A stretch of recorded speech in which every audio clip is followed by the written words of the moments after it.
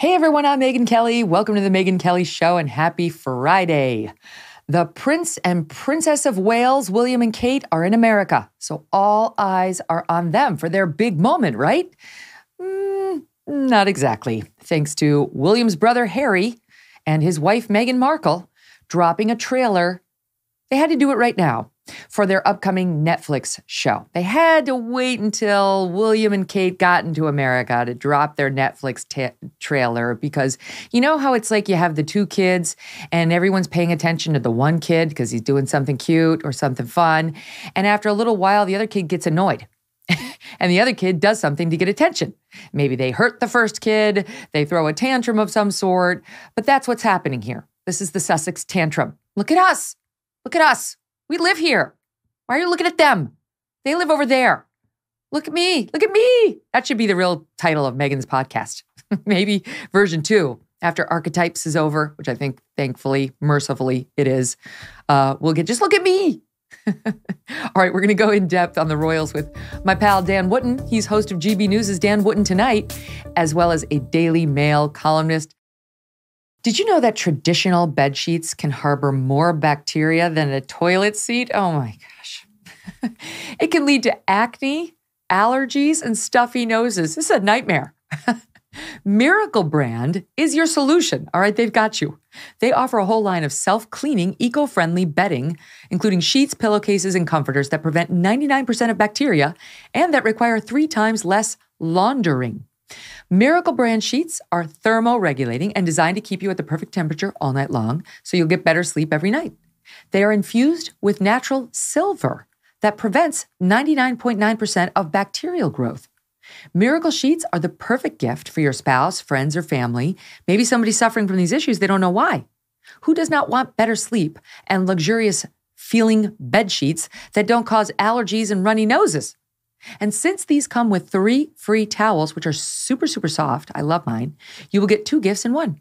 Stop sleeping on bacteria. Go to trymiracle.com, trymiracle.com/MK to try it today or gift it to someone special this holiday season.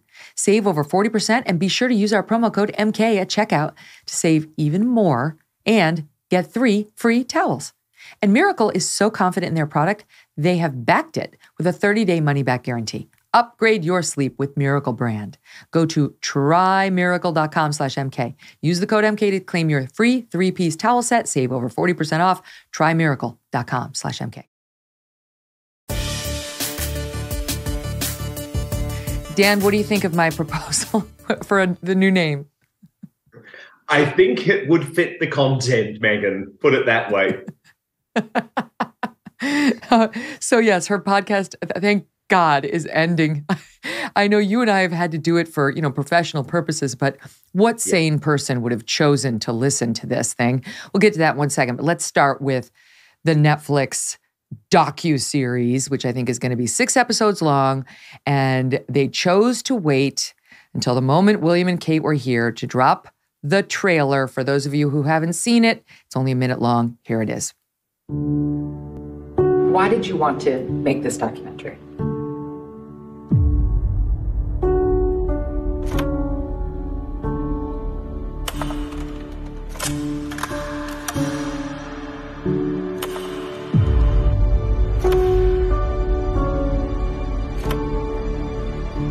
No one sees what's happening behind the closed doors.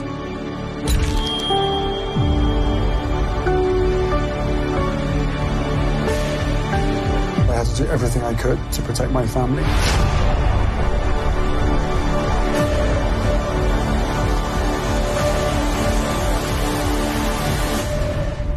When the stakes are this high, doesn't it make more sense to hear our story from us?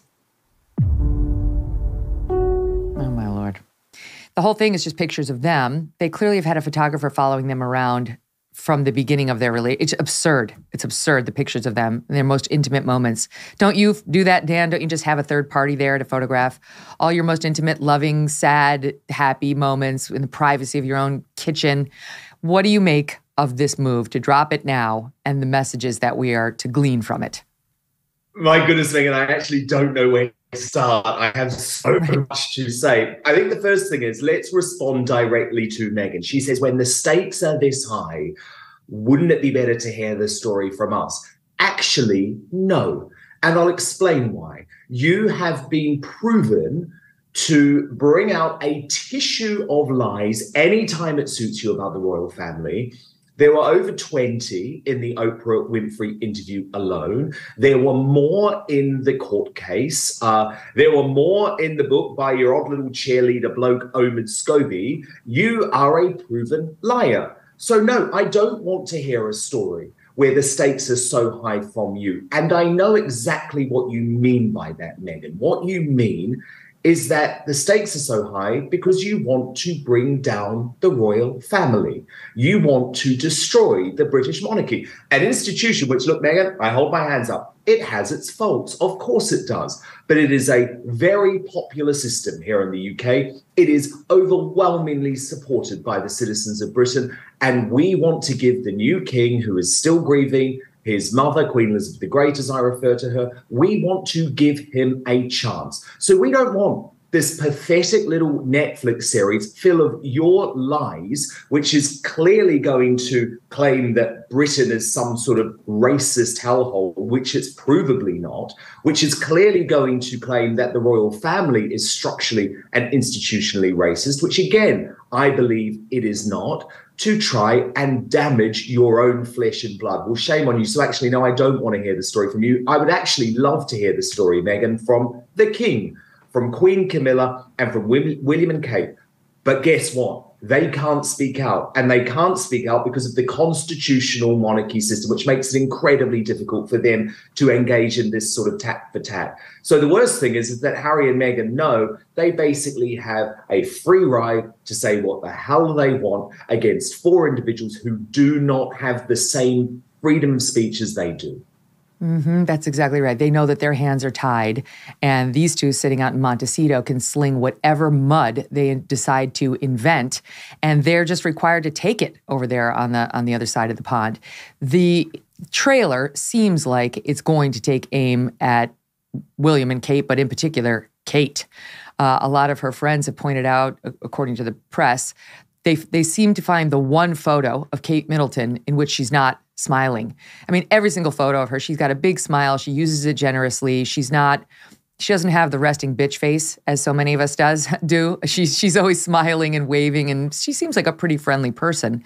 This picture, we're showing it for the listening audience. She's sitting in this, I think it's a chapel, and she is stone-faced, looking away. She clearly doesn't know the cameras are on her, but no one's smiling in it. Meghan's behind her looking doe-eyed. And they chose to put this in the trailer for what purpose, in your view? Because they intend to try and portray William and Kate as the bad guys. I mean, there's a macro level to this, Megyn. It's like, British royal family, old, colonial, racist, bad. The Sussexes in their Montecito mansion, woke, very rich and good. That's going to be the macro side of this Netflix reality series. But you've got to think back to why Meghan has such a problem with the new Princess of Wales, Kate Middleton. And I'll tell you why. Because Meghan didn't like the fact that Kate was popular behind the scenes in the royal family. She was popular with the staff, Megyn. She was popular with the courtiers. And do you know why it was? Because she treated them with respect. She believes that folk, even if they're down the ladder from you, should be treated appropriately and kindly and with dignity. That's how Kate operates. Now, very quickly, Kate realized, and I was reporting on this, I've been reporting on this for years and years and years. So I was reporting on it when Meghan was in the royal family and when actually the facade was still there. Outwardly, they were all mates. They were the Fab Four. But Kate, behind the scenes, and I was the first person to report this, actually hauled Meghan over the coals over the way that she was speaking to her staff at Kensington Palace. Meghan has been accused numerous times by former staff members of being a bully. And Kate called her up and said, look, this isn't the way that you treat my staff. This is not how you speak to my staff. This is not how we do business. And so from that moment on, Meghan has had it in for Kate. There's obviously the infamous bridesmaid dress fitting where they each made each other cry, if you believe that. And there's no positive relationship between them anymore.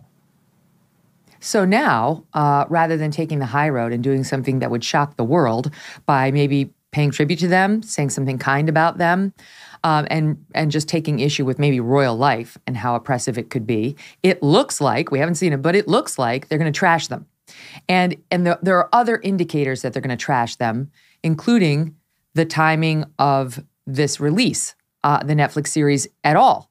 You know, within moments, it feels like, after Queen Elizabeth's death, as King Charles is still getting his footing as the new monarch.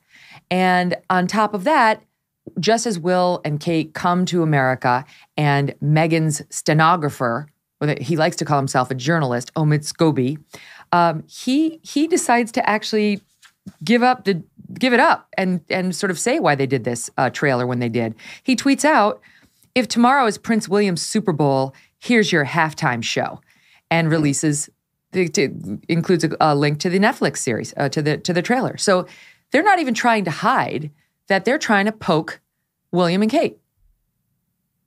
No, Megyn, there always used to be this sort of unwritten rule in the royal family that when principals are on tour overseas, the other senior members of the royal family step back and they allow the tour and the good work on the tour to take the spotlight. Well, that obviously all went out the window with Harry and Meghan, even when they were in the royal family. But this is egregious, Megyn. They released the trailer on the day that William and Kate were trying to build up to this big Earthshot prize, which is their moment in Boston. And they knew it would steal all of the attention away from William and Kate. It would make the visit incredibly awkward for William and Kate. And look, as far as I'm concerned now, Megyn, and from speaking to my royal sources, there's no going back from this. This trailer was a declaration of war by the Sussexes. I'll tell you behind the scenes, King Charles has held out hope for some time that he's going to be able to come to some sort of peace deal with Harry and the royal family. I think, Megyn, that is incredibly naive. I think William has known for some time that this relationship is as good as over. Because remember, it's not just the Netflix series. We've then got Harry's autobiography, Spare, coming in the first week of January. And as you say, the Queen is barely in the ground. King Charles is still grieving. He hasn't even had his coronation. They don't give a damn about royal family. In fact, with the Queen gone, they want to do all they can to destroy this institution. The irony, of course, Megyn, is they still run around America using the titles the Duke and Duchess of Sussex. Why? Why? If you hate this organization so much, hand them back. Stop using them. Go and be normal citizens. And for King Charles, I think the choice is very clear now. If you allow Harry and Meghan to keep their royal titles, you are going to be made a fool of. Strip them of the titles, strip their children of the ability to be a prince and a princess, and show them that now they are now shut out of this family because of the lies that they're telling and the destruction that they want to wreak.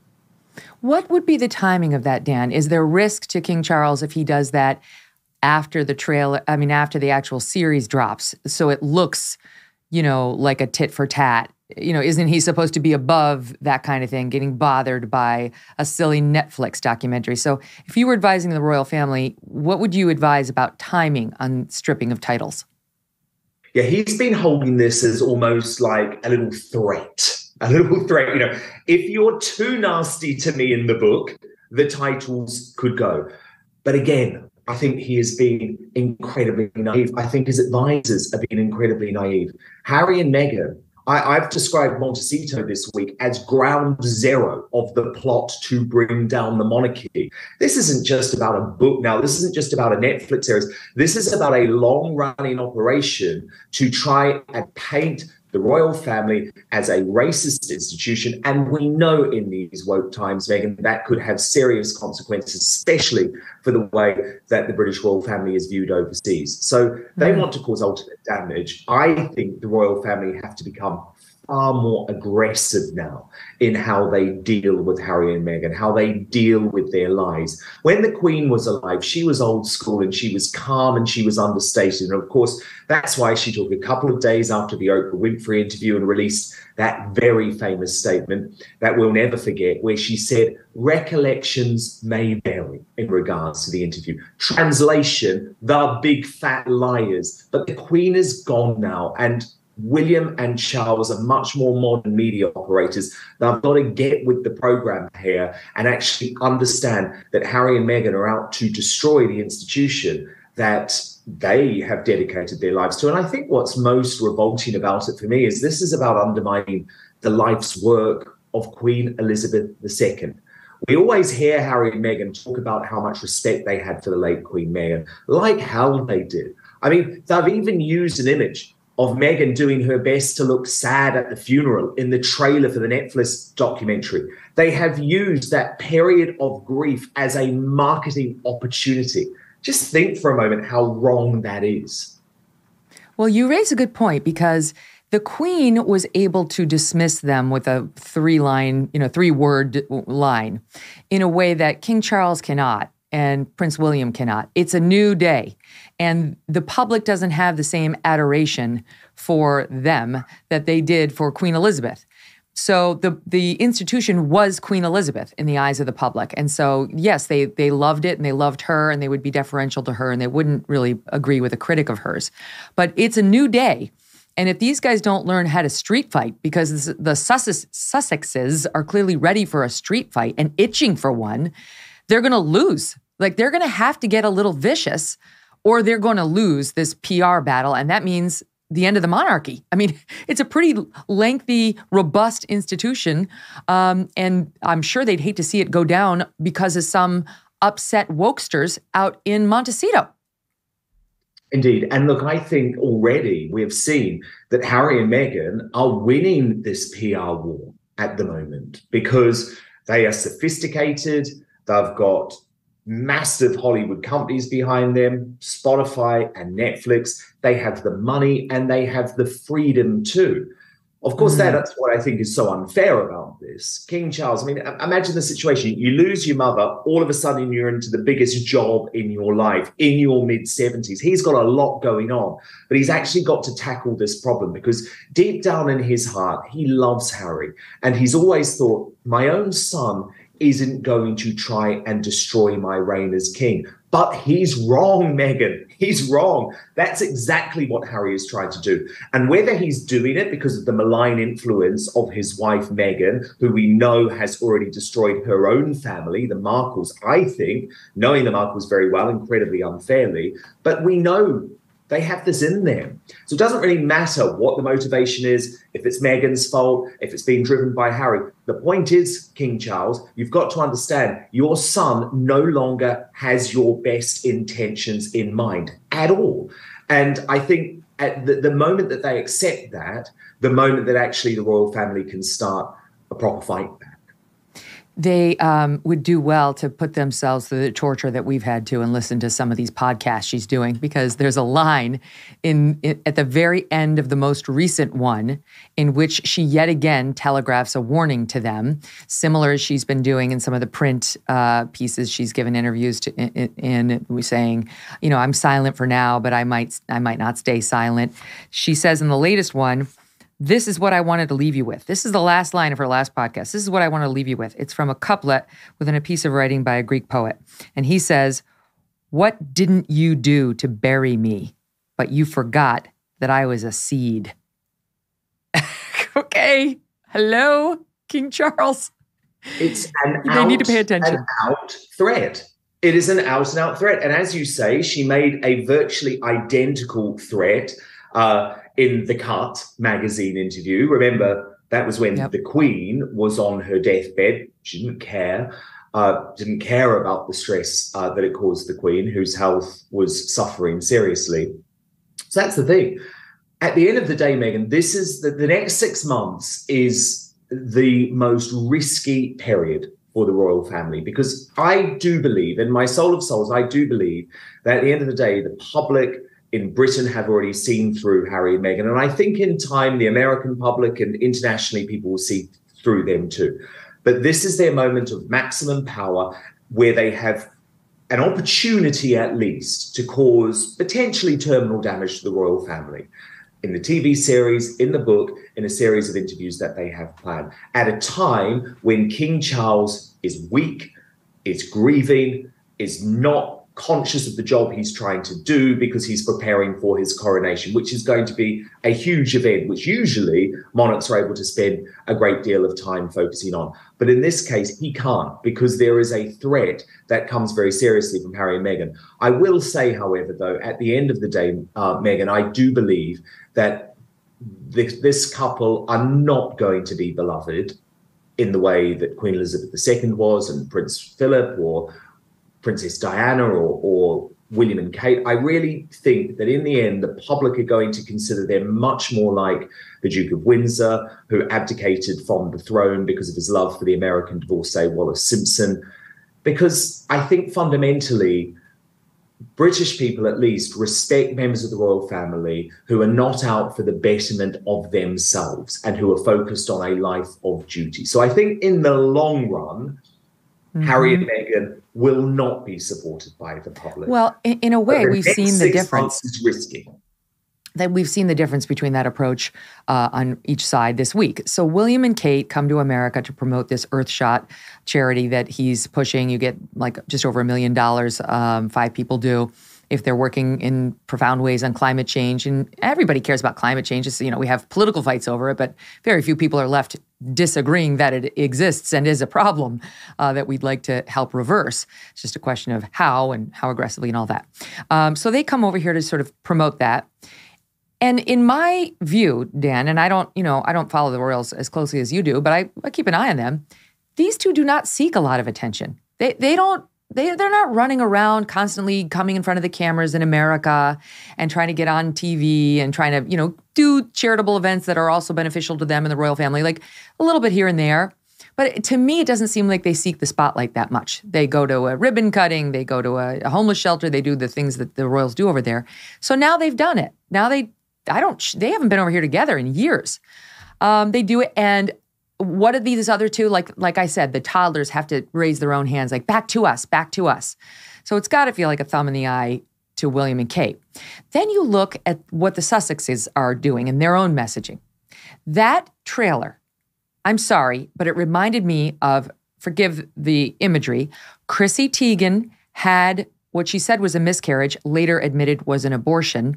And she put out these photos of herself crying hard, distraught in a hospital bed.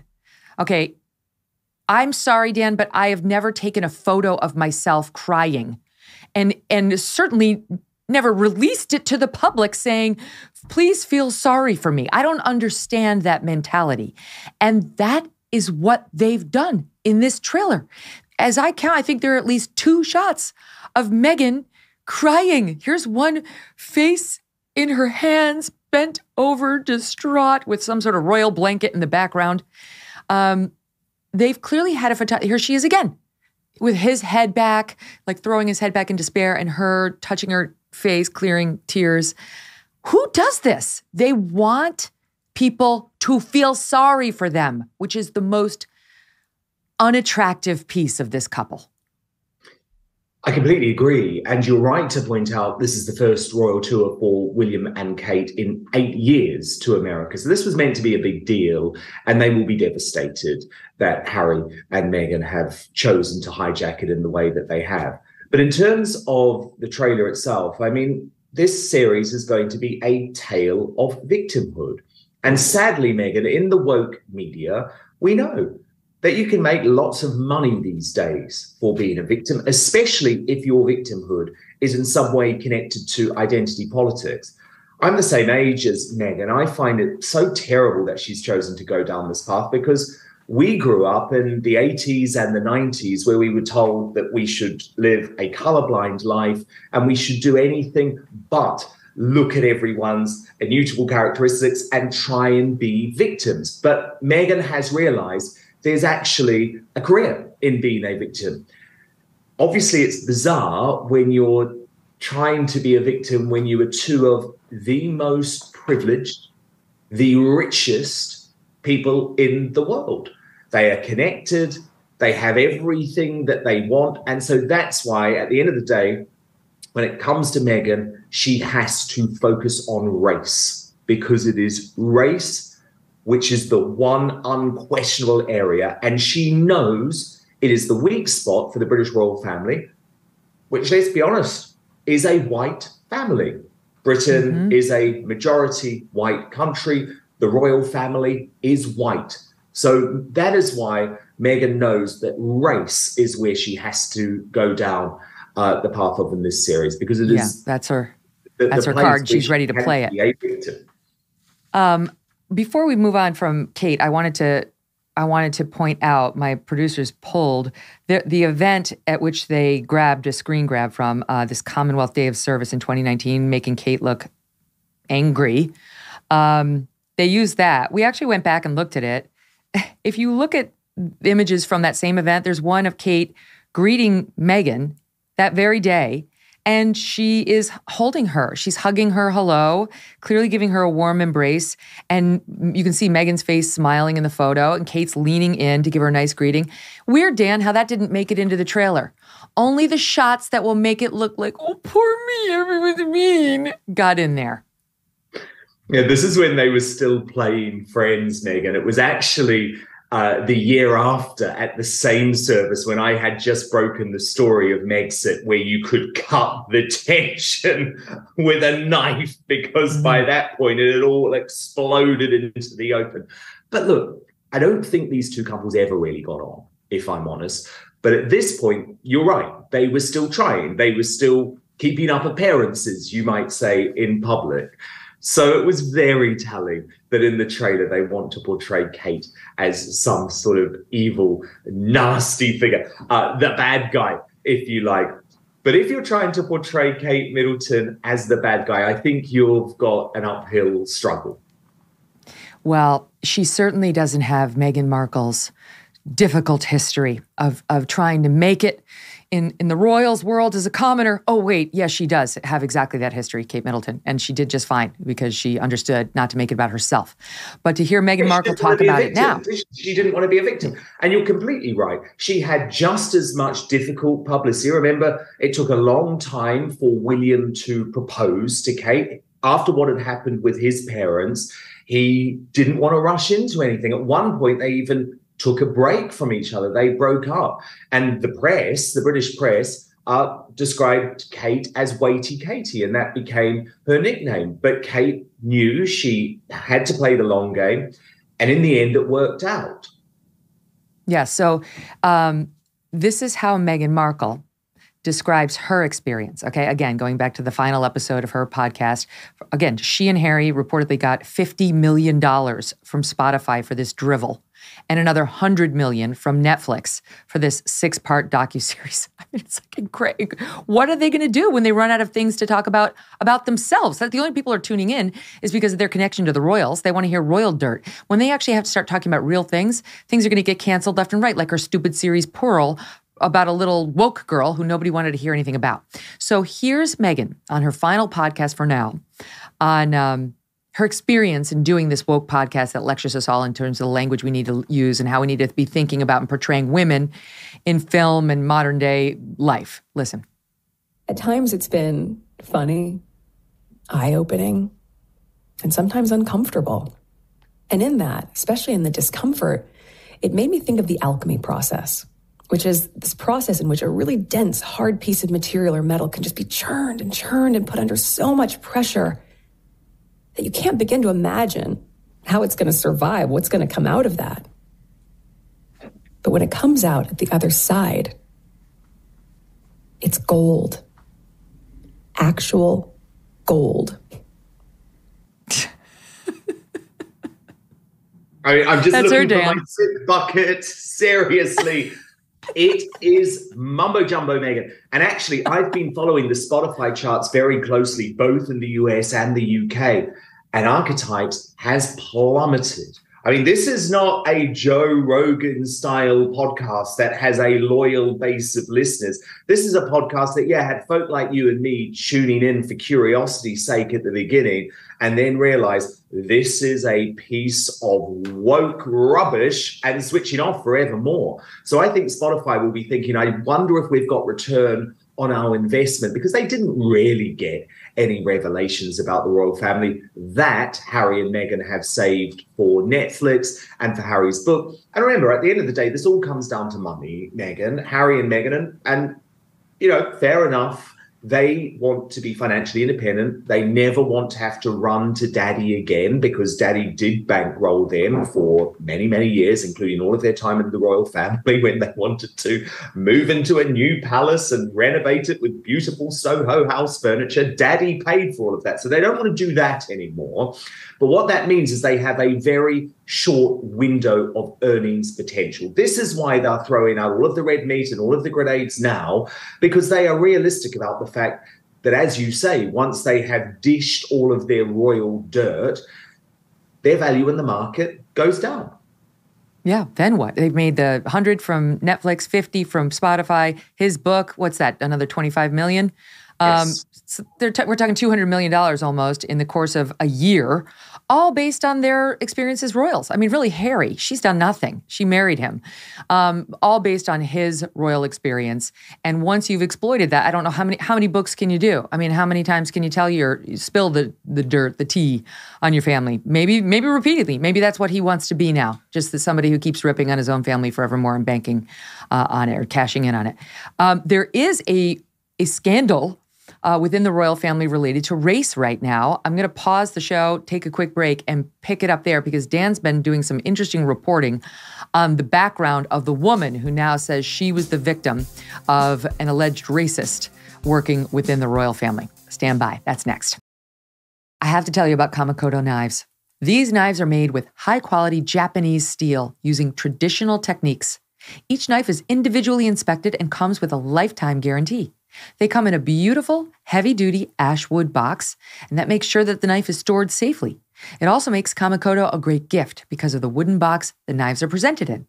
Because of their single bevel edge, Kamakото knives can achieve an unbelievably sharp edge you just cannot get with other knives. They can cut through your ribeye like butter. You can maintain the edge of your blades with one of Kamakoto's sharpening whetstones, and Kamakото knives are used by several chefs working at Michelin star restaurants right now. Kamakoto is running a massive Black Friday sale right now that's still going, and they're offering our viewers an extra $50 off on any purchase with the discount code MEGYN, MEGYN. Go to kamakoto.com/Megyn. That's KAMIKOTO.com/Megyn now. Dan, something happened with the lady in waiting to the Queen. She's been with the royal family since 1960. And a woman who was invited to go to Buckingham Palace by Queen Consort Camilla. Something bad happened there where now a Black British woman is saying she was the victim of racism by the lady in waiting to the late Queen. Can you explain what happened? Yeah, let me explain, because I think it's important you know quickly a little bit about Lady Susan Hussey, who is the lady in waiting in question. She's not just any member of the royal household, Megyn. She was the best friend of Queen Elizabeth II. She worked for her as a lady in waiting for 60 years, didn't take any money for that. And just an indication to you as to how important she was to Queen Elizabeth II, do you remember on the day of Prince Philip's funeral where the Queen was unable to have anyone around her because of the horrific COVID legislation here in the UK? So she sat in the chapel alone, but she was allowed to have one person in the car ride to the chapel for her late husband's funeral. She chose Lady Susan Hussey to be by her side on that day. So they were incredibly close. And Lady Susan Hussey has been around the royal family for a long time. She knows what to do, you would think, at events like this. And I was speaking to a friend of hers just this week who said, look, Nelson Mandela adored Lady Susan Hussey. So she's always had a good reputation. Anyway, this woman, Ngozi Fulani, who is a British charity worker, goes to the palace this week and posts a transcript of a conversation that she claims took place between herself and Lady Susan Hussey. It features Lady Susan Hussey on numerous occasions pressing Fulani to know where she is from, because Fulani is a Black British woman who is dressed, Megyn, is fair to say, and much of the media won't point this out, but I will, who is dressed at this event in what looks to be African tribal clothing. So you could understand that perhaps there's the outfit. Perhaps when you see someone like that at Buckingham Palace, perhaps you would ask where she is from.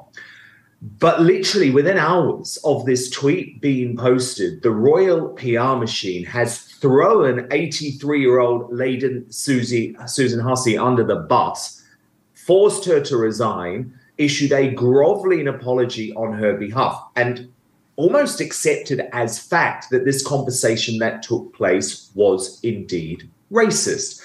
So Lady Hussey, she's thrown to the wolves.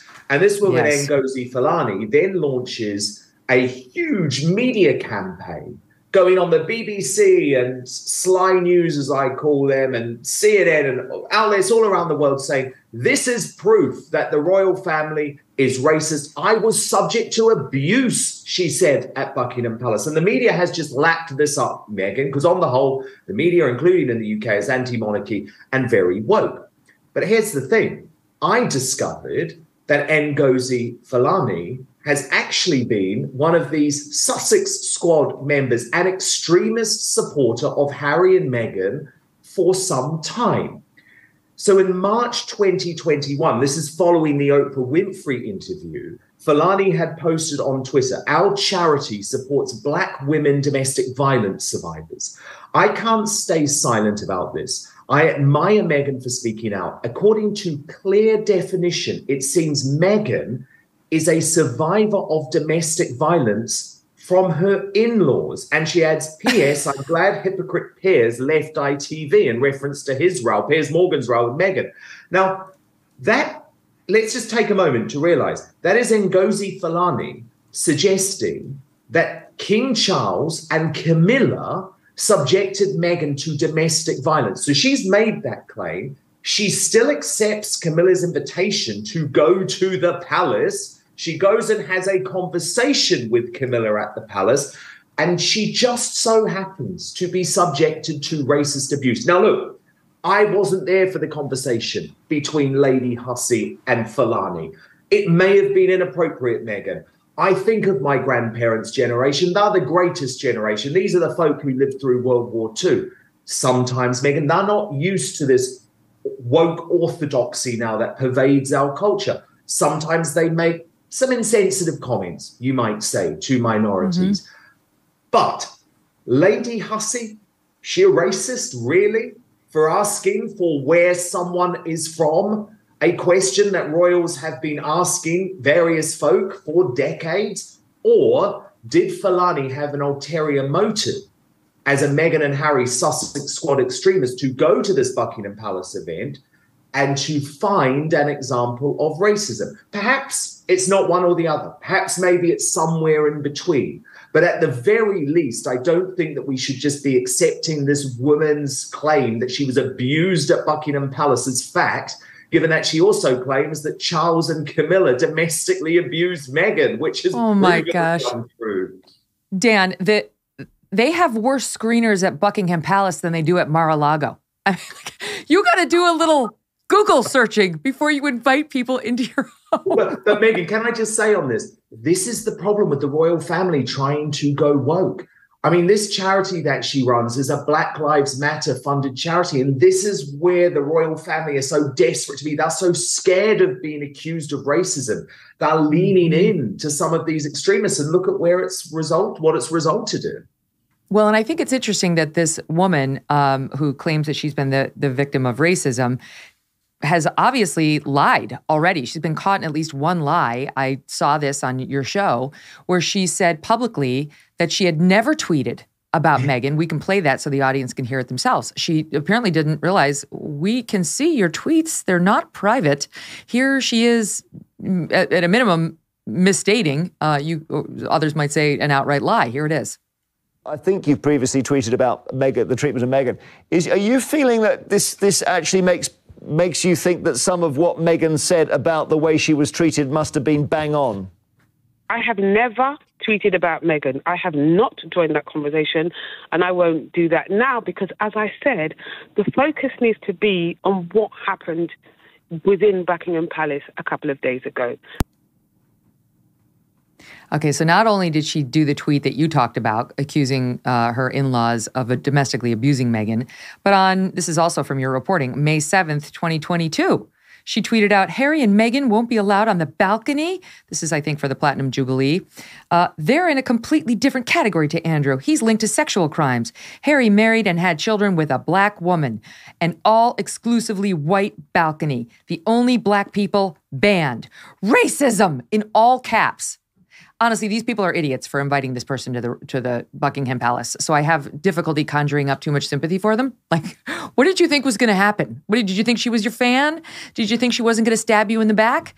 And I don't know what happened with this lady in waiting, but this was a disaster waiting to happen. And now I don't know whether she's consciously trying to cover up the fact that she was a hater before she ever stepped foot in there, or she doesn't have a close tether on the truth just as a natural default. But either way, she tweets out this, quote, transcript of the discussion, Dan, and I'm like, oh, there's a transcript. Okay, let's see. There's not a transcript. She's calling it as transcript. It's her own recollection of what happened, but we don't actually know what went down between the two of them. Well, exactly. Or if it was a transcript, Megyn, that would suggest that she has entered Buckingham Palace with a recording device, which would lend to the other theory that actually she went in looking for something to go wrong. Oh, interesting. I guess that's also possible. I mean, I will say, according to her quote, it could be either. It's either her recollection, which could be untrue, or she's recorded the conversation, which suggests that perhaps she has an agenda. Her quote transcript is very detailed and it makes you think she had a recording device on her, because I'll read it to the audience. First of all, she wants credit when she first releases it for saying, I have no wish to name and shame her. That would be just as bad.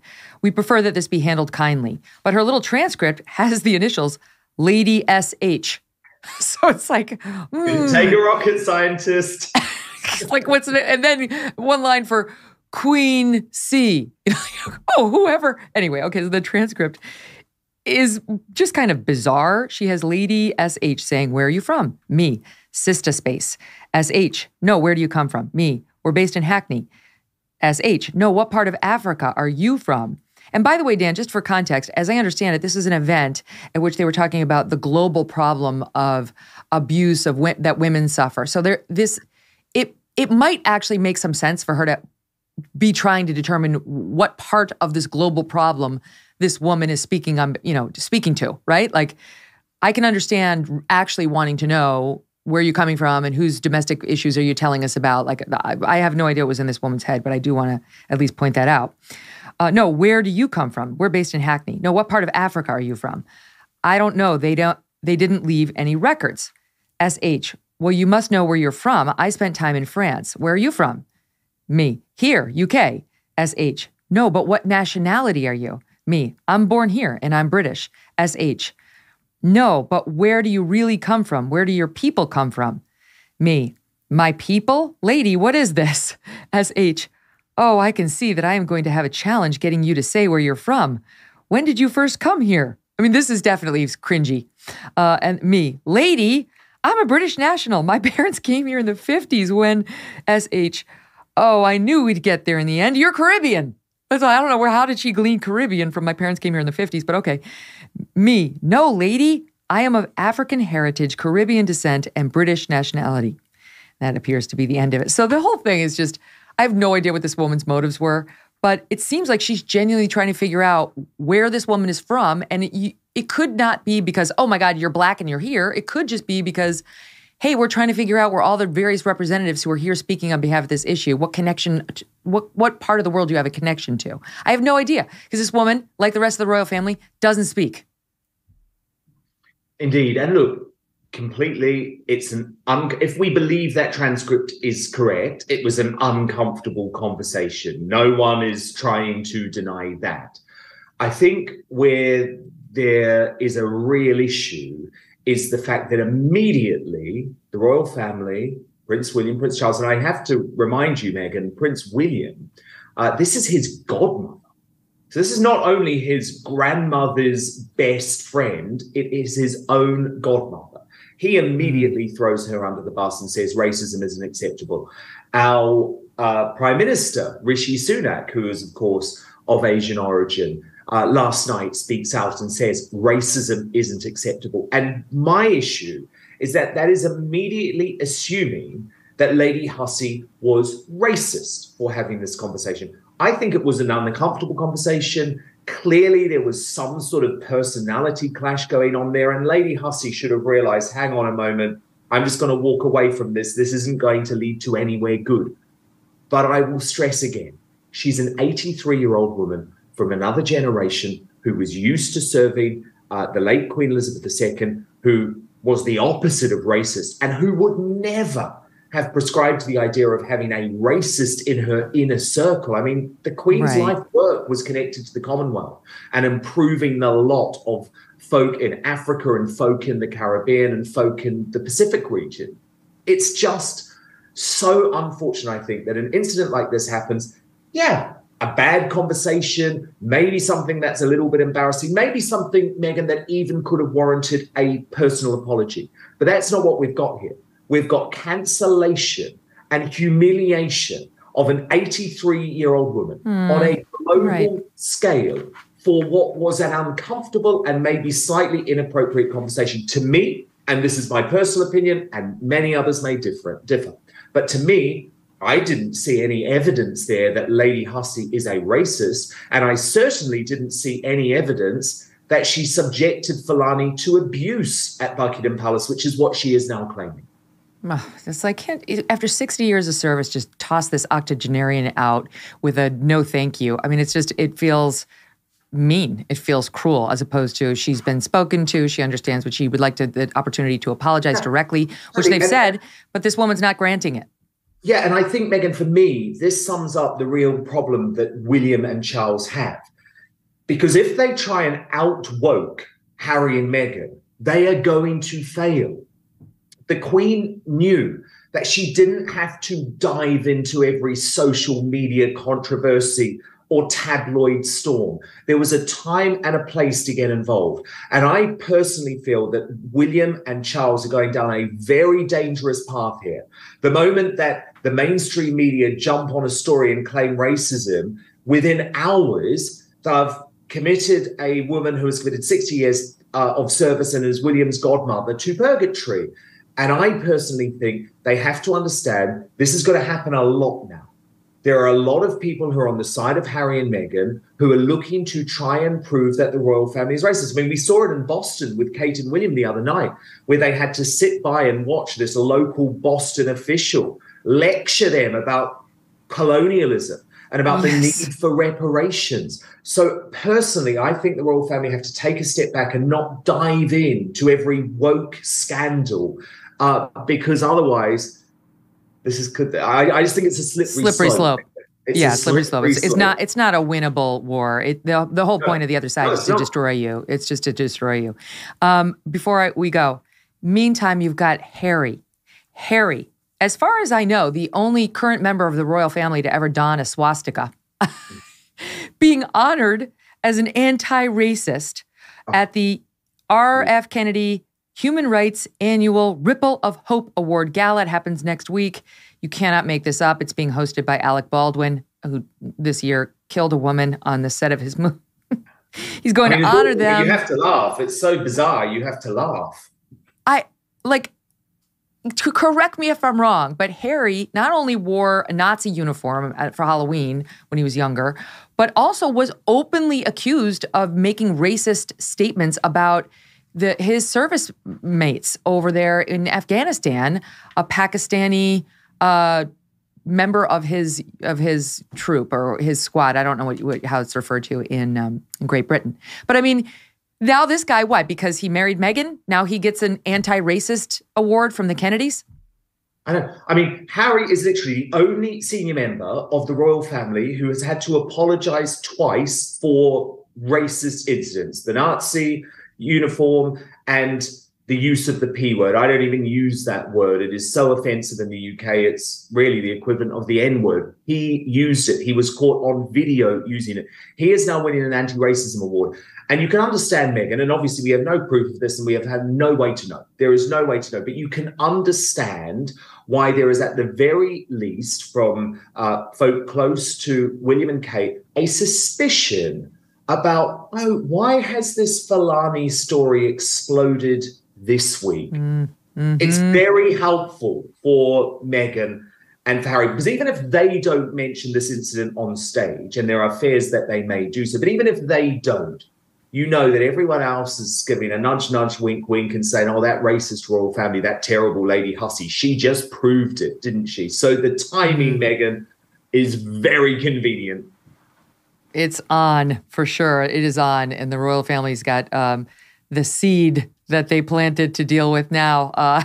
Good luck with that. Dan, always a pleasure. Thanks for coming on.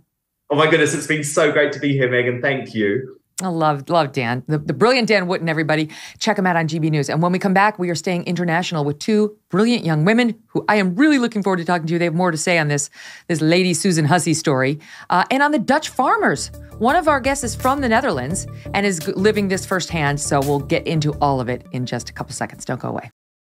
Imagine buying an Italian sports car or your dream house for less than $1 a day.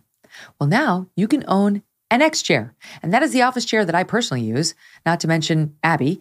And it's arguably the finest office chair in the world for just $20 a month. Yes, for less than $1 a day, you can own something that is going to make the hours spent at your desk 1,000 times more comfortable and productive. Not only do I love my office chair, my X chair, but I've given one of these to a couple of people, including there's a contractor at my house, absolutely loves it. From the moment I first sat down in my X chair, I immediately felt the difference. Trust me, once you sit down in an X chair, you're going to understand. There's an X chair for every style and every budget. They even offer built-in massage and heating and cooling. Love that. And all for less than $1 a day. Check out the options and their amazing financing plans too at xchairmk.com. That's the letter X, chair, mk.com. No other chair can compare to the wonderful X chair. Go to xchairmk.com now.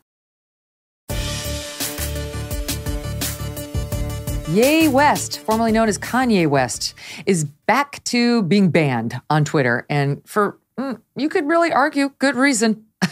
We have a lot to get to with my next guests. Political commentators Dominique Samuels from England and Eva Vlaardingerbroek from the Netherlands. Eva, Dominique, great to have you guys here. Thank you Thanks so for much having for me. All right, so Eva, I hope I didn't mess up your last name too badly. Vlaardingerbroek. No, not at all. Not at all. I'm well aware it's a difficult name, even for the Dutch. So Okay.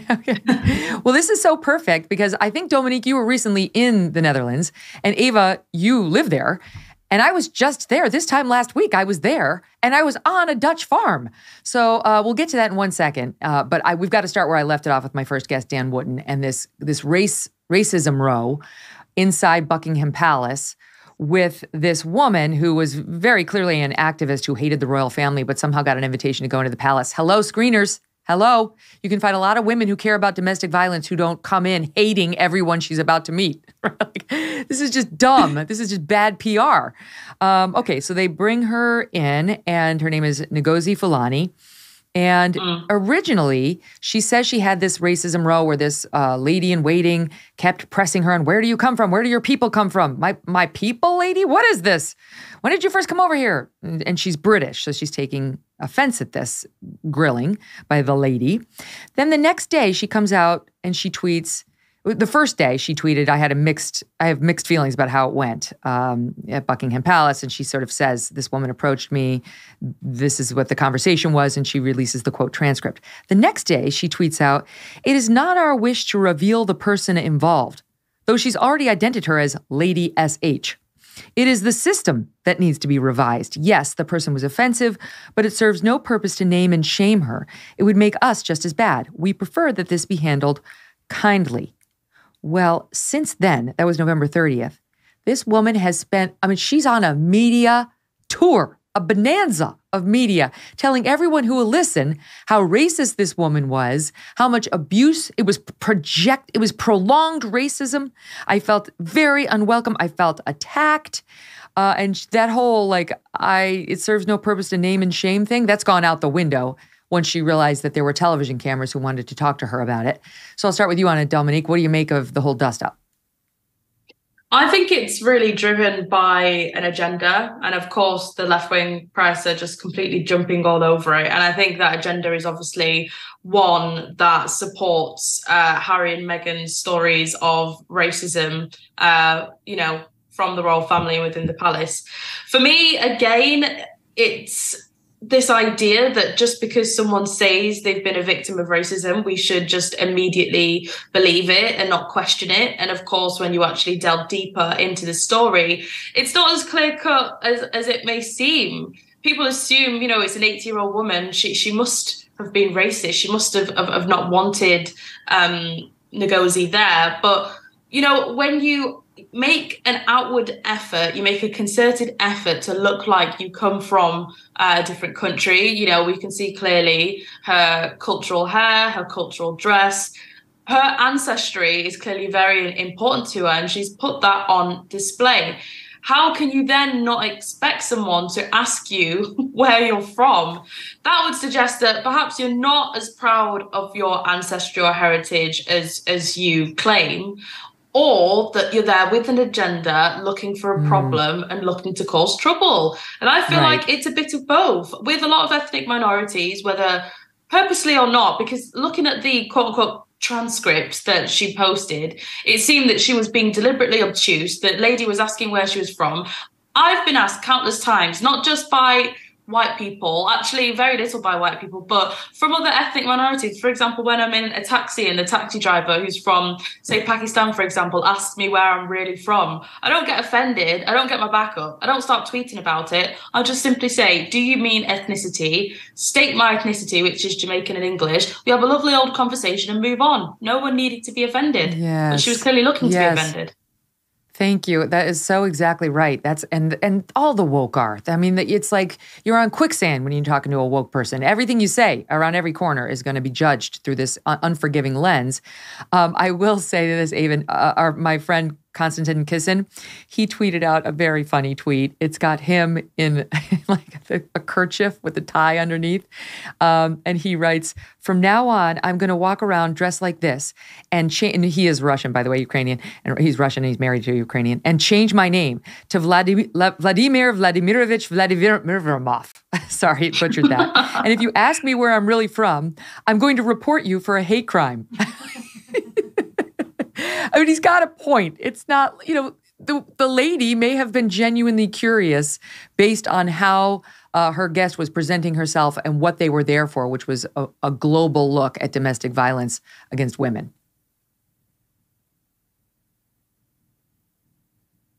Sorry, Ava, can you hear me? So what do you make of it? What do you think of that reaction?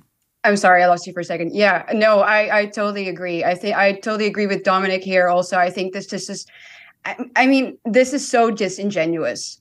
The whole thing showing up head to toe, dressed in African dress, and then being offended and saying that you are abused for being asked where you're from. I think it's just, it must have been a setup. I can't imagine it's anything else. And then to go into the media and talk about it, it's just, I would say it's almost offensive to anyone who really is a victim of abuse, that you go and claim that you've been abused by being asked where you're from. I'm not even going to say, oh, this might have been an awkward situation, or, oh, this is an elderly woman who may not know. I think it is a totally valid question to ask, considering the things that she was wearing. And in general, just why would we criminalize the idea that you can ask someone where they're from? Why is that a bad thing? Mm-hmm. I know. We used to do it all the time because you're curious. You want to find out somebody's background. How else do we learn about people who we can tell might not be here, or we have a suspicion might not have been born here? It's fun. It's like it's an opportunity to learn about their backgrounds. You're Dutch. I'd love to know more about the Netherlands. Like, what's wrong with that, Dominique? You're in England. Like, what from England? I'd like to know more about it. But now the woke, thanks to the woke, even going there is a sin that shows you're a bigot. This woman, you've referenced it a couple times, and Dan Wootton referenced it. I'll just play the soundbite. This is how Ngozi Fulani now speaks about the incident that she, originally said she didn't want to name and shame, but here she is talking about how bad it was, SOT 12. We just want to bring it back to the 16 days of activism. This is about violence against women and girls. And although I didn't experience physical violence, what I feel I experienced was a form of abuse. Okay, so it was a form of abuse, she says. And then she also told the BBC that it soon dawned on me very quickly. This had nothing to do with her capacity to understand. This was her trying to make me denounce my British citizenship. Did you get that, Dominique? Is that your takeaway? Sorry. Wow. This level of paranoia is scary. And, I don't mean to be harsh here, and I know this might sound harsh, but I really question her mental capacity to actually be able to be a mentor to other women when she's going around with that level of paranoia. How would you even know that Lady Hussey was trying to make you denounce your British citizenship? What is she talking about? And again, on Good Morning Britain, her ancestry is on full display. Your everyday Black British person does not go around dressed like that. Just being honest here, I don't go around dressed like that. It suggests that she's very proud of where she's from. So she should have been wanting to shout it from the rooftops, but clearly not. Yeah. She had an agenda, and really the usual suspects have just jumped all over it. And I'm sure she's extremely happy with herself. She's proven Meghan's point. However, quite interestingly, there are some tweets going around. These are alleged tweets. So I'm not, verifying them or saying that they're true. But apparently a mixed race woman who asked for help from Sister Space, which is Ngozi's charity, she claimed she actually faced discrimination for being mixed race. So it's quite ironic that Ngozi is batting for Meghan so much in those unearthed tweets that you showed. That's all I'll say. Wow.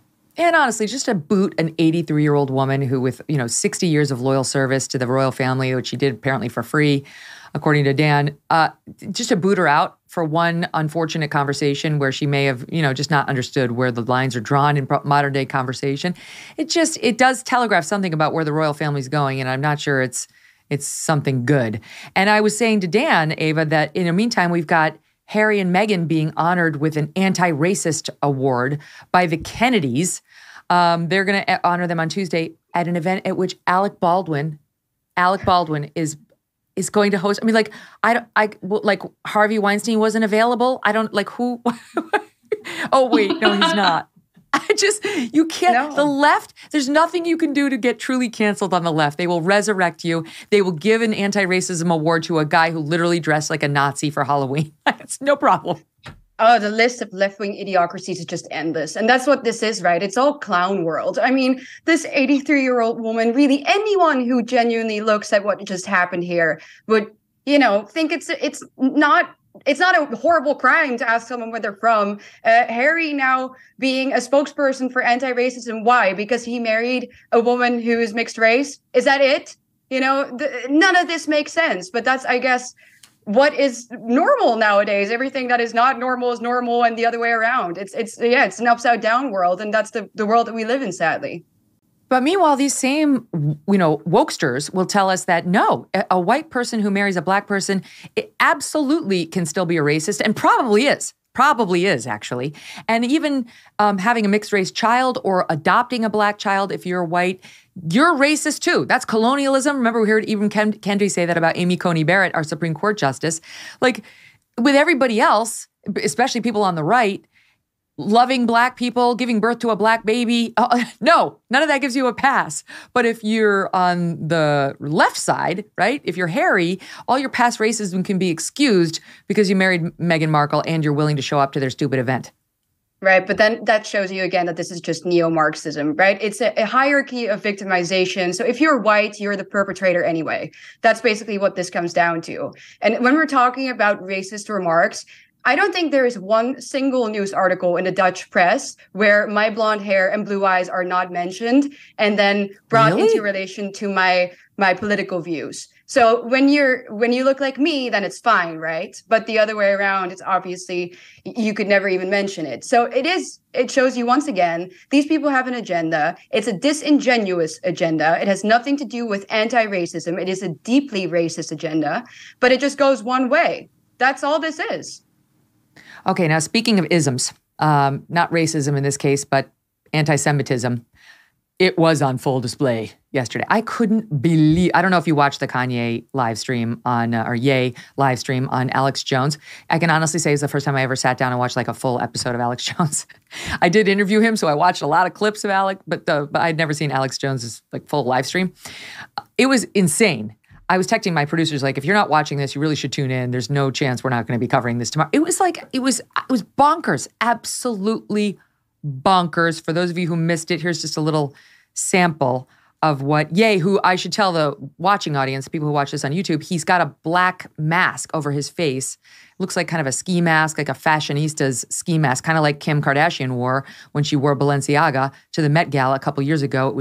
I think it was a misogynistic look they put her in. Anyway, here he is with his thoughts on Hitler. You're not a Nazi. You don't deserve to be called that and demonized. Well, I see good things about Hitler also. I love everyone, and Jewish people are not going to tell me you can love, us, and you can love what we're doing to you with the contracts, and you can love what we're pushing with the pornography. But this guy that invented highways, invented the very microphone that I use as a musician, you can't say out loud that this person ever did anything good, and I'm done with that. I'm done with the classifications. Every human being has something of value that they brought to the table, especially Hitler. Especially Hitler. And I've just got to play you. This one is just, I can't. It's 17. He actually has Alex Jones trying to convince him. I do think Hitler killed some people. Okay, just listen to this. It's like he had a really cool outfit and stuff, and he was a really good architect.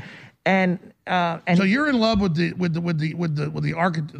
look of it. And he didn't kill 6 million Jews. That's just like factually incorrect. Guys, get the Ronald Reagan clip they showed me yesterday. Sorry, go ahead. Ronald Reagan said that too. Well, I think Hitler did target and kill some people. So I think I think Obama killed Palestinians. No, I hear you. Here's where I think the frustration is. And Nick, you can comment on this. And Obama was not the first black president. He was another Jewish president. Oh my God, Dominique. I mean, when you got Alex Jones, like, no, I definitely killed some people. Like Hitler, this is so disconnected from reality, I almost don't know what to say. Yeah, I mean, I am just completely done with Kanye, to be honest. I've defended him. I've tried to understand where he's coming from, but I'm just completely done.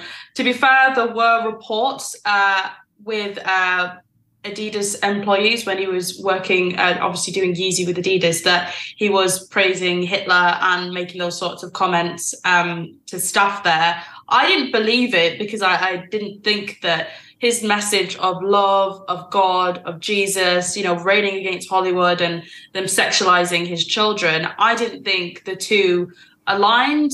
Clearly, he is in a completely different reality, a completely different planet. I think with what he was saying, he forgets about proportionality. Of course, bad people can do some good things, but we're talking about people that were responsible for the deaths of millions of people, for the rape of women, for the torture of children.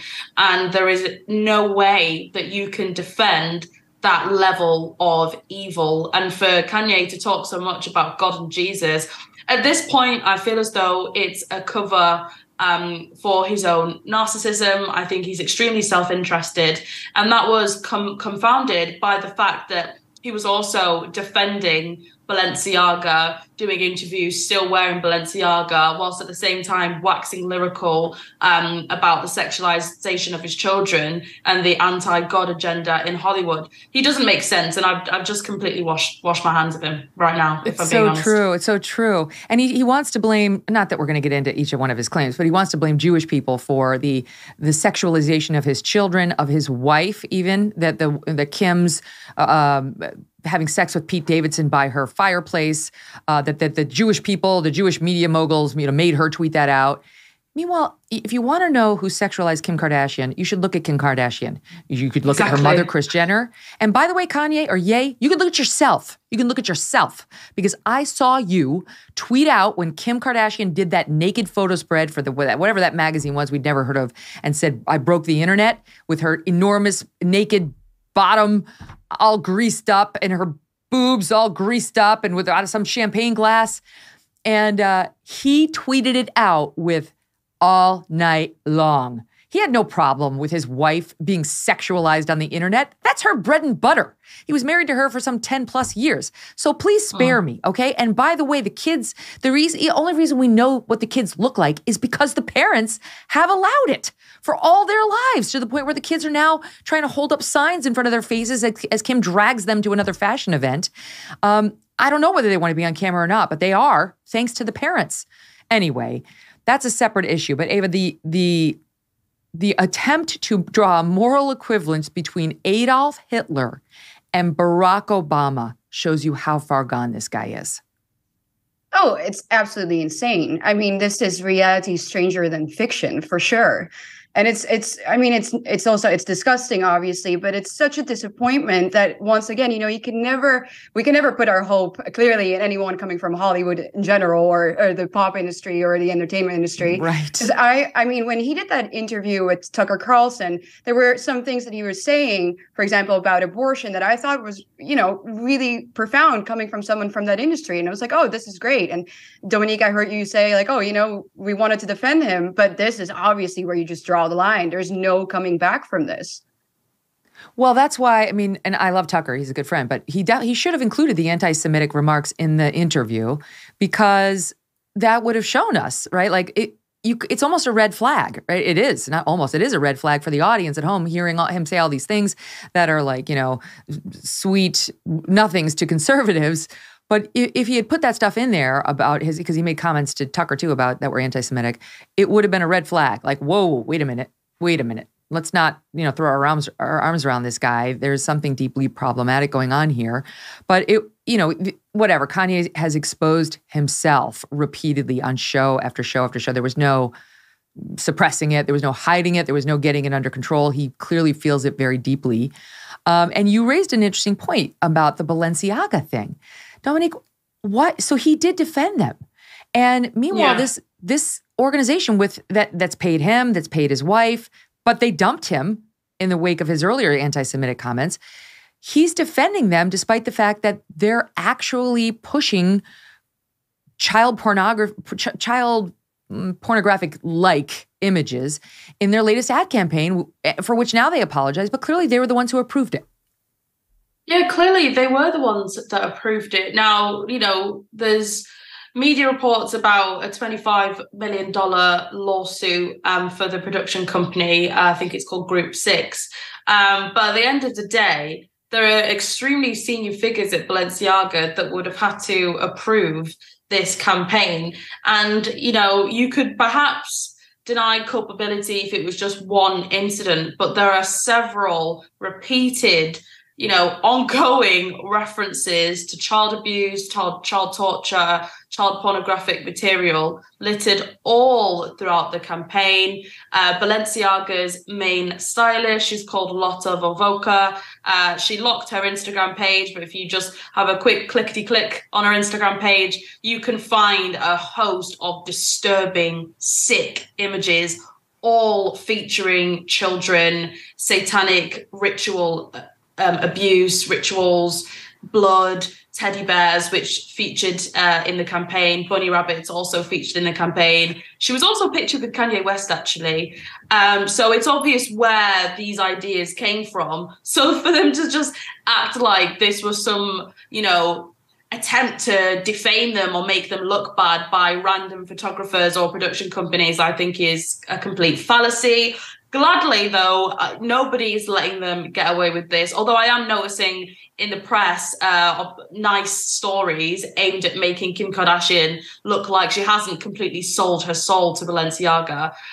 We know that's the case, but there you go, that's Hollywood.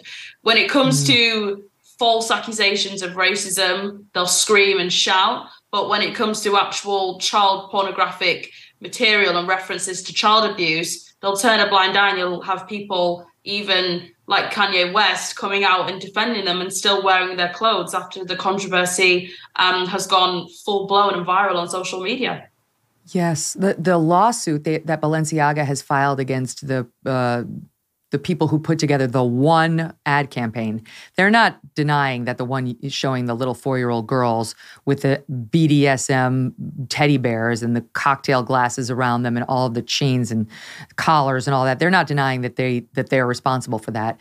It's one showing a purse, a handbag that I guess was both Adidas and Balenciaga made or inspired. And behind that purse is child pornography decision from the U.S. Supreme Court and a book that features what, it's not actual, but what appears to be castrated toddlers covered in blood behind it. Nice ad for your handbag. So they're claiming, we didn't know in that one that that's what you did. But my team was searching and found a Vice article from 2016 that quotes the creative director who's at issue here. Demna is his last name, and Lada, the woman you mentioned, she hasn't been with them since 17, but she was with them then. He says, quote, "Someone wrote that Lada, the stylist, Gosha, who's the designer, and I grew up on child pornography and radiation from Chernobyl, which is why we're so fucked up." Denma laughs. In this Vice article, this was their thing. They knew that it was so obvious it was being identified by people in the fashion industry well prior to right now. It just got worse and worse and worse until the mainstream people who don't pay attention to fashion and its images saw what they saw and said, "Oh my God, what have you done?" But they've been getting away with this for years, Eva. Yeah, I think that's the problem. Obviously, this was highly intentional. Like you said, the Supreme Court case, the tape where it said Baal with double A, the reference to the demon who they sacrificed children to, all of this. I don't believe for a second that this slipped anyone's view. This was all highly intentional. But they went too far. The people now saw it for what it is. But obviously, these types of people, the two individuals that we just mentioned, but in general, Hollywood, pop culture, a lot of pop stars flirt with all sorts of satanic rituals and ideas. So this one just crossed the line for too many people. It was too out in the open. The devil wears Balenciaga is now a fact. That's something that nobody can deny. But I think it's a good thing that for once, at least, Hollywood is still very, very quiet, obviously. But that in general, ordinary people now see what's going on here, what type of sinister and sick people are behind this. Because even if it's not graphic, child pornography, it's obviously something that glorifies it or at least hints towards it and flirts with it and promotes it. And if you don't stop there and say, no, we're not doing this in any way, shape, or form, then I don't think that we have a society that you can call a civilization. That's where you should draw the absolute line. Yeah, it's not hard to speak out against this. And it's not hard. Kim Kardashian does not need to reevaluate her relationship with Balenciaga. There's nothing to reevaluate. You have all the facts you need. You just don't give a shit. That's the truth. That's what's happened. She wants to be adorned in their dresses, and she wants the money from the deal. And it doesn't matter how much money she already has or how many dresses she can afford without them. It's a vanity play for her. And not to mention Nicole Kidman and Bella Hadid, who are featured in the ad. Nicole is in the latest ad campaign, hasn't said a word. Where's her? Where's she? Why hasn't she said anything? Why does she get a pass? She doesn't. All right, let's switch gears because I really want to talk about the Dutch farmers. So we went there with our family for American Thanksgiving, and we kind of did our pre-celebration before we left.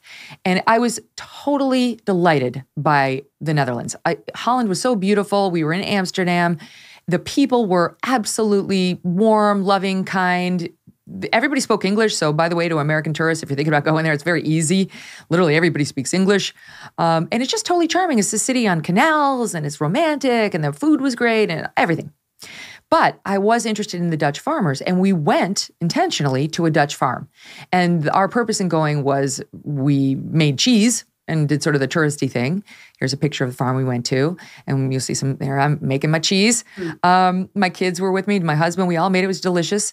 Made some Gouda. And we talked to the Dutch farmer about this crisis, about how the government is shutting down thriving farms in the name of fighting climate change. His farm was not one of them. He was very thankful to tell us because they were not near one of the designated sites that there's apparently certain sites around Holland where they're saying, if you're near this, you're getting shut down first. And so he wasn't yet on the list, but he could feel it coming. And so, Eva, explain what's now happening and what the government's doing that has the farmers taken to the streets to protest. Right. Well, I'm very happy to hear that you had a fun time in my country. And I would say this, your description is right. The Netherlands consists of a really nice people. We have great people here, but we have a terrible government. Our government consists of a bunch of liars and inhumane thieves. So what they're doing actually now is on the basis of EU regulations surrounding nitrogen emissions, our government is going to expropriate our farmers. And they're actually going to expropriate over 3,000 farms until 2030. And so this is all under the guise, again, of this nitrogen crisis, which frankly is nothing but a manufactured crisis. It doesn't exist apart from on paper. And all of these people, you know, the Dutch farming industry is a huge industry. We are an incredibly tiny country, but we are the second largest exporter of agricultural products after the United States. I mean, that is something. We are good at this stuff. And a lot of farmers have been in this business, not just themselves, but their ancestors, oftentimes for centuries on end. And now suddenly we have a government that says, oh, there's climate change. And by the way, you are going to have to give up your land, not to the market, you know, not for you to keep it, but for you to give it to us. So that should tell you everything that you need to know. There is a hidden agenda behind this. And it has two facets, I would say. The Dutch government needs more land because we have an ever-growing population, not because the Dutch people are having a ton of babies, but because we have open borders and we have about 1,000 migrants coming in every single week. 300,000 we had this year coming in. So we have a housing crisis. Wow. New houses need to be built. Where are you going to put those people, right? Everything is completely full. So they need new land. That's one thing that they now want the farmers gone for. Obviously, they're not saying that, but it is the truth. And the second thing I think is that this is a general tendency that you see all throughout the Western world. There's an attack on farmers, I think, because farmers pose a threat to the globalist institutions that want to push something like the Great Reset. If you control the food supply, you control the people. And farmers obviously stand in the way of that. They are a very independent group that function self-sufficiently besides the government. And you can't have that if you are trying to control people and their food supply. So there is a very sinister agenda, once again, hiding behind this. And the result is that we now have a government that thinks that once they say it, you are just going to have to give up your property. These are your rights that are being taken away, in this case, the farmers' rights, under the pretext of, again, a crisis that they can just create out of thin air.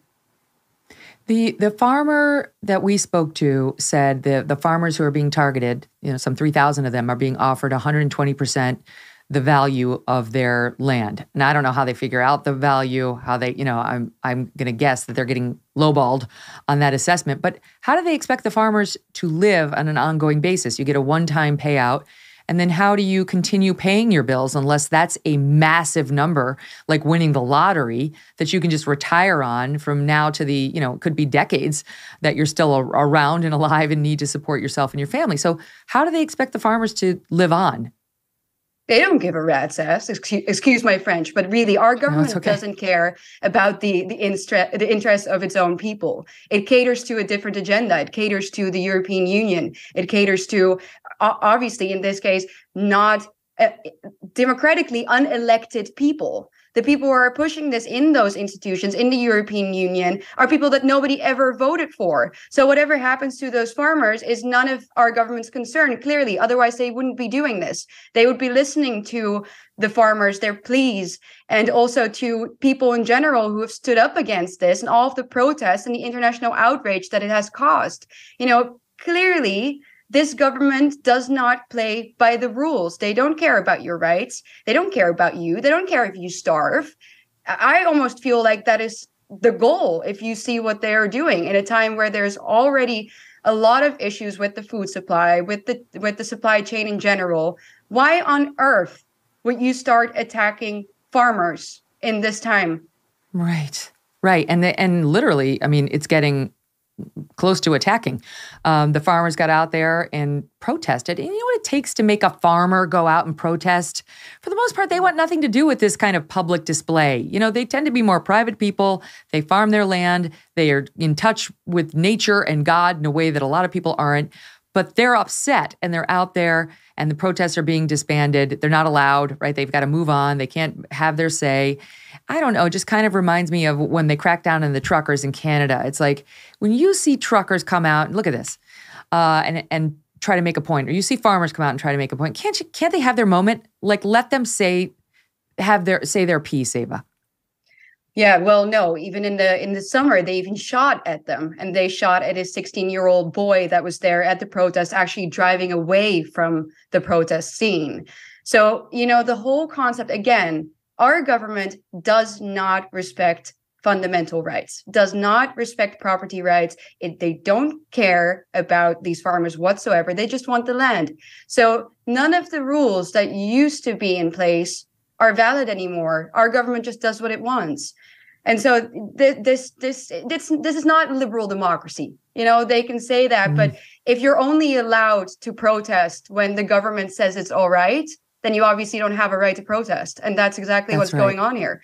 You would expect this maybe in China or in other far ends of the world, but not in Western liberal democracies. But then again, I don't think that we can say that we have that anymore when this is our reality. Dominique, one of the reasons why we care so much about it, I mean, to be honest, is we worry whether the Netherlands is the canary in the coal mine. It's like we worry this could happen in the United States. We worry this could happen in the UK. Like, is this just the first to go? Because, I mentioned there's nothing wrong with Prince William drawing attention to climate change. That's a nonpartisan issue. Okay, we see climate change. Very reasonable people are saying it's happening, and there's steps we can all take that are reasonable, make sense, to try to address it. And then there are the extremists who are like, no more cows. Everybody's a vegan. Get rid of your SUVs. And like the California law that just said we can't have gas cars anymore. We're going to all be driving electric vehicles. And 13 states follow California, and I'm in one of them. So I got to kiss my gas-guzzling car goodbye, which I really love, within the next few years. But anyway, we worry this is the canary in the coal mine. And I do wonder whether this is a preview of what's coming to your country and our country, but, and more Western countries. I mean, of course. And I think what's important to say is that the situation that's going on in the Netherlands, with the farmers that are fighting 3,000 of their farms being torn away from them by the Dutch government, this is a precursor of what is to come, because it seems that these climate obsessives are very, very focused on our food supply at a time when our food supply is extremely insecure globally. So why they'd be doing this now, which will be sure to make food price inflation worse, 100%, is extremely peculiar. But you mentioned Prince William. My problem with Prince William and his climate virtue signaling is that these people that do seem soft and nice, they're just concerned about the planet, they seem to be aligning themselves with people that do believe in ripping 3,000 farms away from honest working people. And that is the problem.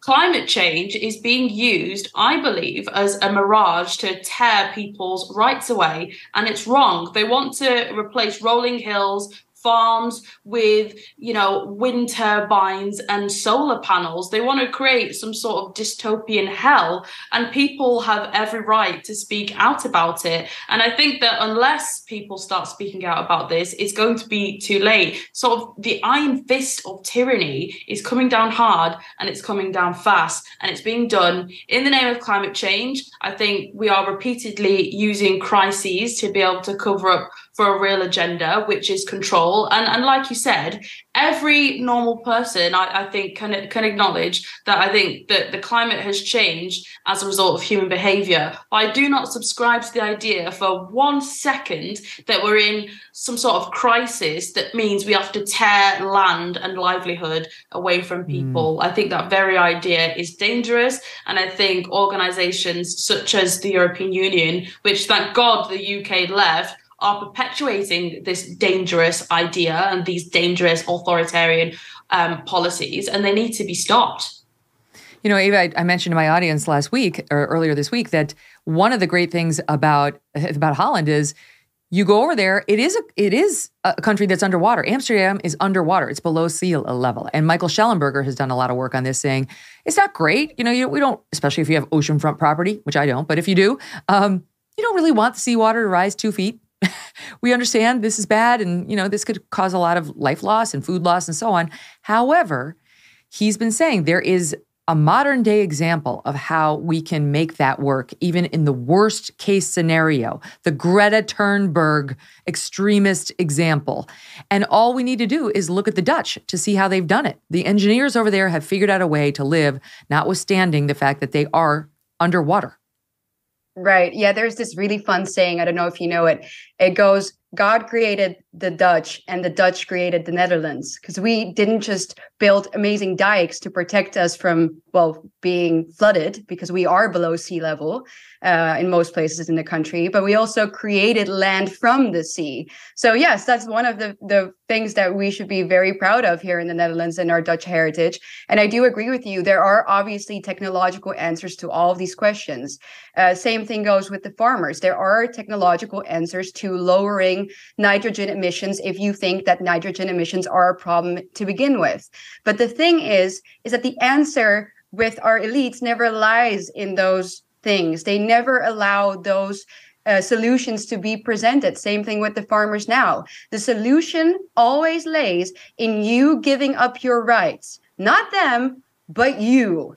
So that is what happens every single time. And the only difference, I would say, with tyranny in the past and tyranny now is that now they use pretty words to hide it, and people fall for it. So like Dominique just said, climate change is being used as a vehicle to take people's right away. We've seen the same thing with COVID. We will see the same thing maybe with things like transhumanism in the future. The moment that Western leaders create or talk about a crisis and say to people, the moral thing to do is XYZ, which always, by the way, is give up your rights, then people will do it. And they've seen that they were very successul in that in the past 2 to 3 years. You're so right. And I know the farmers in the Netherlands are saying, what about aviation? Why aren't we talking about emissions? Why is there no crackdown on them? Why do we all have to give up our livelihoods, but they don't? It's just one example. All right, let me stand you by. We'll take a quick break. Really enjoying the discussion. Dominique and Eva, stay with us 2 minutes away for more with them. Okay, so I want to talk about activists, continue the discussion about activists, because there was an incident, it just made news today, in which, hold on, I'm trying to pull it up. It was a pro-life group that was meeting in like their annual banquet, that kind of thing. And they help women who have unplanned pregnancies deal with them and find a way for childcare and all that stuff. Well, apparently this is upsetting to the pro-choice advocates who targeted them, who got into the event stealthily, and in the middle of this event at which they are trying to discuss and promote how do we take care of women with unplanned pregnancies who choose to have their babies, which any sane person should be able to find a way to support. This is what the pro-choice advocates did. Watch. Where's the police?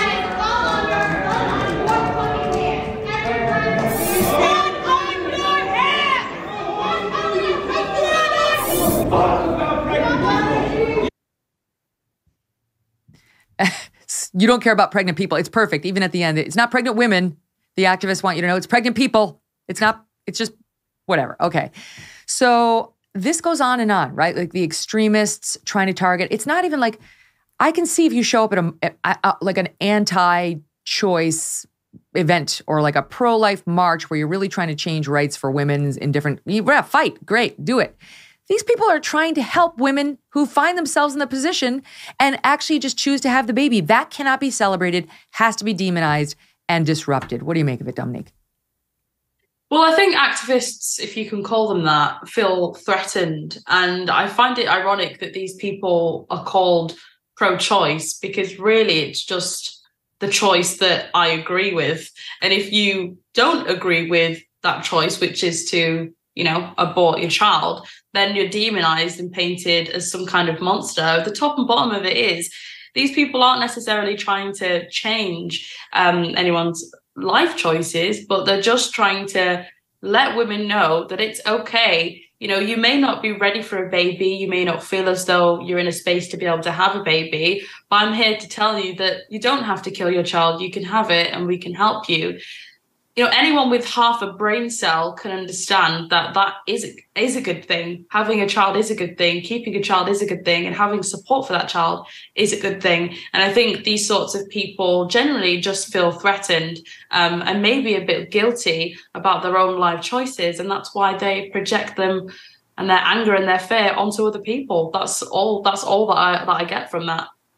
It was called the Capitol Hill Pregnancy Center, and it was their annual banquet. So the Pregnancy Center, in the same way we've seen now these pro-life family centers that help women get targeted, get firebombed over the past year. Our Attorney General doesn't want anything to do with it. He's not going after most of these people. It's just really distressing to me to see. I understand if you want to go march against the pro-life march. You want to have your own big pro-choice march, which they do. I get all that. But there is no reason to demonize or disrupt the people who are trying to help women who do find themselves pregnant and choose to have the baby. It's absurd. Okay, let's switch to politics in the minute that we have left, a couple minutes. Down in Georgia, we are going to have a runoff in the Herschel Walker, Raphael Warnock case. And I predicted going into this that if Senate control hung in the balance, which it doesn't, but if it did, that we would see a line so long it would look like the New York City Rockettes of women coming forward to say, Herschel Walker, he abused me, he impregnated me, he treated me badly, whatever, right? They are dying to take Herschel Walker down. And this seat does matter, even though the Democrats already are going to control the Senate. Sure enough, as if on cue, the Daily Beast releases a new article, 5 new women coming forward with bad claims about Herschel Walker. And they're bad. They're bad. They're not recent, but they're bad. About how he threatened them, he hurt them, he took out a gun and, wielded it in front of one, and on it goes. What nobody is talking about is the fact that yesterday, Fox News broke a story about his opponent, Raphael Warnock, and his support of, celebration of, embrace of, back in 1995 when he was a young pastor at his church, Louis Farrakhan, who is, speaking of anti-Semites, a rabid anti-Semite who can't stand Jewish people, who's referred to them as termites. We could go down the list of his anti-Semitic comments. So why is that okay? And do you think any voters down in Georgia, you guys know what politics looks like, especially when the stakes are this high, do you think anybody other than Fox News is going to report this? Eva? I'm sorry, I have to say that I don't know exactly who this person is, but what I can tell from what you're telling me is that there's bias always, when it comes to sexual violence or what even constitutes, I guess, a sexual transgression, depending on who the perpetrator is and what political field they're in. So, I mean, that's something that I think is almost universal in the Western world. If it's someone on the right that is accused of having done something transgressive, then it will be in the media every day. If it is someone on the left, then they're going to be silent. Yeah. I mean, that's 100% what's going to happen. And listen, I guess it was 1995, but his comments were really well known. I think they'd been made within the past year, Dominique, Farrakhan's comments about Jewish people. And Warnock embraced him and had him at the church and celebrated him in a way that this would be all over the media if Warnock had an R after his name instead of a D. Oh, completely. I think when it comes to those on the left and those that dabble in that sort of, black supremacist identitarianism, I think for the mainstream media and for the left, those are the sorts of views that are acceptable, they're palatable because they're wrapped up in this idea of perpetual black victimhood. But when it comes to someone like Herschel Walker, and those allegations, those claims may indeed be true, but I think what you're trying to get at here is fairness and proportionality. Why is it that one person can support someone that may or may not be reprehensible, but the other side gets a free pass? And it's all about character assassination for them, especially when it comes to any sort of Republican. So I suppose we'll just have to see. But this story just keeps on being told again and again in our country, in my country and yours, unfortunately. Now, speaking of politicians who have sketchy histories, Justin Trudeau, I think, Eva, you were tweeting about this. Justin Trudeau is now doing some revisionist history, trying to claim he never attacked people who don't want to get the COVID vaccine by calling them names. So you did a little truth bomb on him saying, we've got the receipts. Here is the claim, and then butted to what he said. We did a voiceover because the original insults are in French. Watch. A number of people have testified in this inquiry referencing your widely published comments and calling the unvaccinated racists and misogynists. And we have heard testimony in this inquiry about how some of your officials wanted to label protesters as terrorists. Would you agree with me that one of the most important roles of a prime minister is to unite Canadians and not divide them by engaging in name-calling? I did not call people who were unvaccinated names. But there are also some people who are strongly opposed to vaccinations. That are extremists. Who don't believe in science, who are often misogynistic, and often racist too. That's amazing. That's amazing, Eva. I mean, I was so baffled by the fact that this man has the audacity to just sit there knowing full well that there's literal footage of him saying these things and then still under oath say, no, I didn't say those things about the unvaccinated. It's like, are you serious? But it's funny. We're laughing about it, but it's a horrible thing that these people feel like they're so infallible that they can just lie on their oath, even though we all have seen the footage. We all know, we all have the receipts. So it shows you something about their mindset. It shows you that they think that they're infallible because they are never truly held accountable for the things that they do. Yeah, because Trudeau did much worse than just call the unvaccinated names. It's not that they don't misstep, it's that they don't get held to account for it. All right, got to go up against a break. Dominique, Eva, such a pleasure. Thank you so much. We'll be back next week, and we got a barn-burning week for you. We'll bring you that in just a bit. In the meantime, have a great, great weekend. And I've got some fun things planned that I'm going to tell you about on Monday. I think you're going to get a kick out of it. Have a great one.